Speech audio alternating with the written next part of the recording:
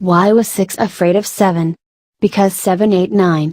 Whether this pun makes you giggle or groan in pain, your reaction is a consequence of the ambiguity of the joke.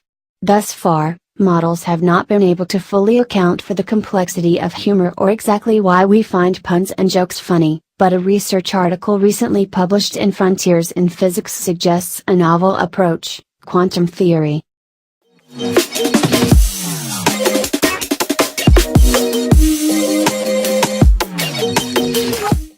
Aiming to answer the question of what kind of formal theory is needed to model the cognitive representation of a joke, researchers suggest that a quantum theory approach might be a contender. In their paper, they outline a quantum-inspired model of humor, hoping that this new approach may succeed at a more nuanced modeling of the cognition of humor than previous attempts and lead to the development of a full-fledged, formal quantum theory model of humor. This initial model was tested in a study where participants rated the funniness of verbal puns, as well as the funniness of variants of these jokes, for example the punchline on its own, the setup on its own.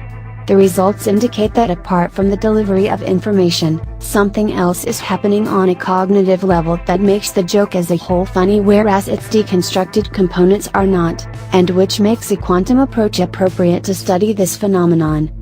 For decades, researchers from a range of different fields have tried to explain the phenomenon of humor and what happens on a cognitive level in the moment when we get the joke.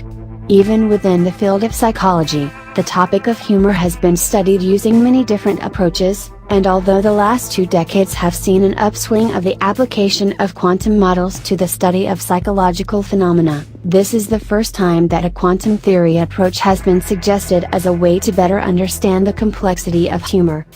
Previous computational models of humor have suggested that the funny element of a joke may be explained by a word's ability to hold 2 different meanings, by association, and the existence of multiple, but incompatible, ways of interpreting a statement or situation, incongruity. During the build-up of the joke, we interpret the situation one way, and once the punchline comes, there is a shift in our understanding of the situation, which gives it a new meaning and creates a comical effect.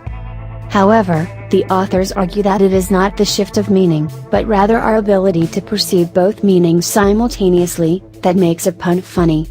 This is where a quantum approach might be able to account for the complexity of humor in a way that earlier models cannot. Quantum formalisms are highly useful for describing cognitive states that entail this form of ambiguity, says a Dr. Leanne Gay-Ballera from the University of British Columbia, corresponding author of the paper.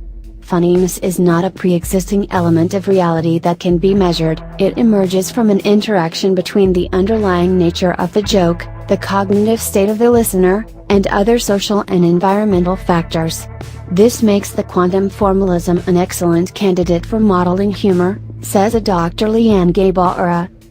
Although much work and testing remains before the completion of a formal quantum theory model of humor to explain the cognitive aspects of reacting to a pun, these first findings provide an exciting first step and opens for the possibility of a more nuanced modeling of humor.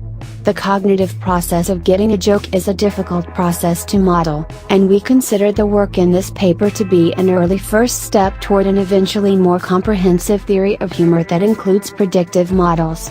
We believe that the approach promises an exciting step toward a formal theory of humor, and that future research will build upon this modest beginning, concludes Dr. Leanne Gay-Ballera. What do you think? Comment below, and do not forget to like, share and subscribe. I will back shortly with another news. Till then, have a great time ahead. See you again.